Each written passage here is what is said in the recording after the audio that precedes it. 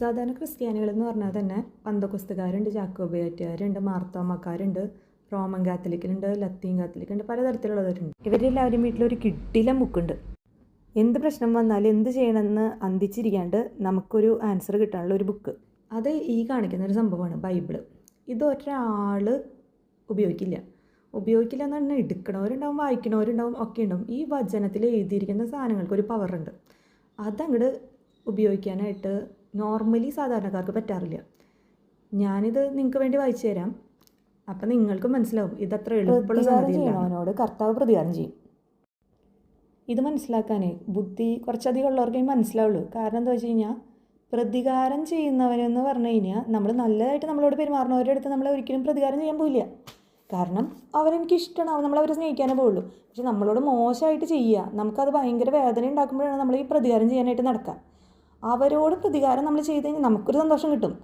അത് ചെയ്ത് കഴിഞ്ഞാൽ കർത്താവ് നിങ്ങളോട് പ്രതികാരം ചെയ്യുന്ന പറയുന്നത്.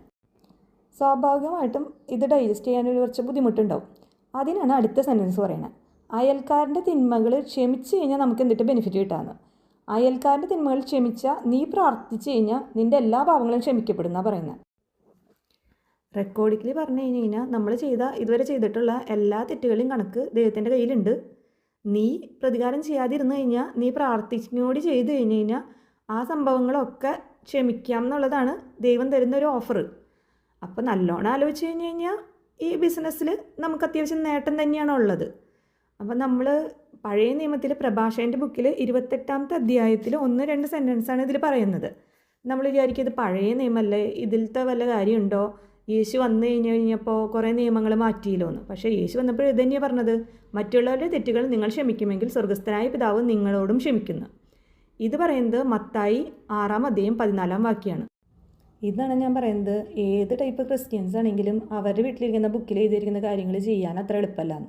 നിങ്ങളൊന്ന് ആലോചിച്ച് നോക്കിയും, നിങ്ങൾ ഉപദ്രവിച്ചവരുടെ അടുത്ത് ക്ഷമിക്കാനായിട്ട് അത്ര എളുപ്പമുണ്ടാവും. പക്ഷെ അങ്ങനെ ചെയ്യാൻ പറ്റിക്കഴിഞ്ഞാൽ അതൊരു നല്ല കാര്യമാണ്. Thank you.